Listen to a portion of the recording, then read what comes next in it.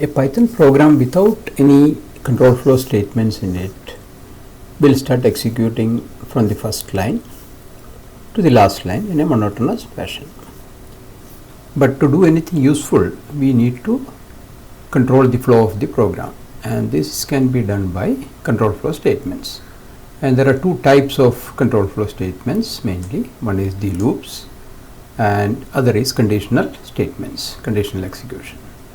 So we will start with the loops and the Python while loop first. So here there is a small example program, again printing a multiplication table. So we define a value x is equal to 1, and here you can see this while keyword, then this is the condition that we are putting, and so long as this condition is true, this portion will keep on executing, but we have to add something more here, otherwise it will be true forever, right? So inside this line eventually make this condition false. So all you have to note is this indentation. So here one tab, some 4 spaces are put. So this defines a program block. These two are belong to that block, and all you have to remember is before this block the previous line should end with a colon.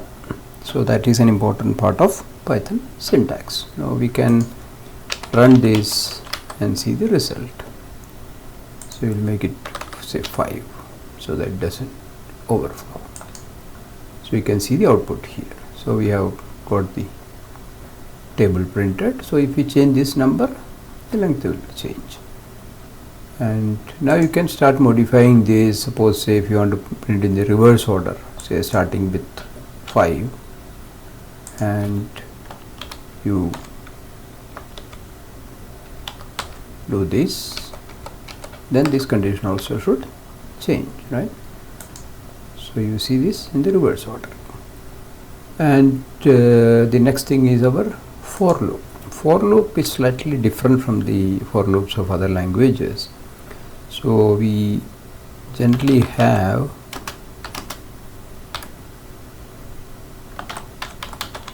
say a string or any collection type data, any iterable. So we just have to write like this for, then there is an index, any variable you can use. This is the loop index, a in keyword, in this iterable name, print say k. So running this will tell us the working of for loop. So every time it enters the loop, it will be assigned the loop index, this variable will be assigned one of these elements. So let us see what it prints. So you can see that in each iteration it is taking 1 characters. So but using for loops, if you want to do something like say a fixed amount of iteration, you can use a range function, say range 5.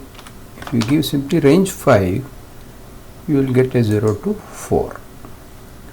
That means 5 elements starting with 0 if one argument is given, but you can change it starting point also you can give.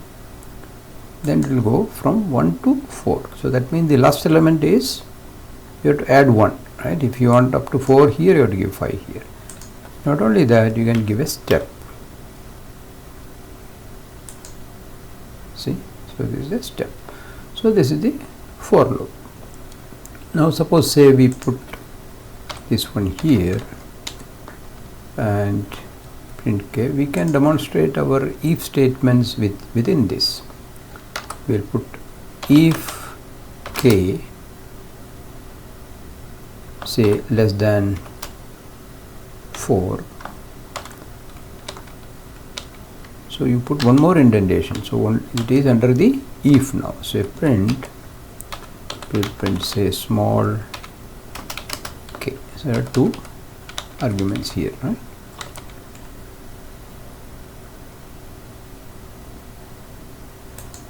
So this is printed, right?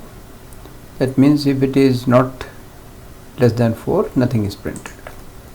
We can add one more here, say else if is called elif if k say greater than 7, then we print something else, call it as a big,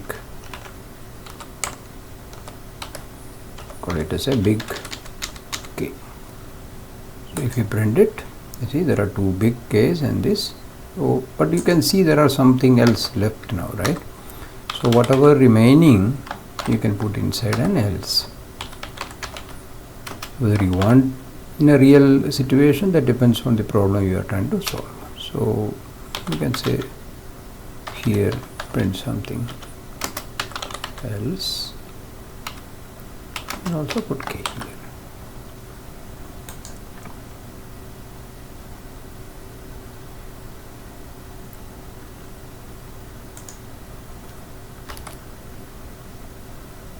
So you can see the output here. The first 4 is small, then the middle 4, 5, 6, 7, because it didn't fall in these two conditions, so that is printed here. Then finally these two. So this shows how to use the if, elif, else as well as the for loop and while loop. But remember, you can have if else inside this ladder, so many steps you can go. So there are so many other combinations that you can try out, but this is good enough to get started.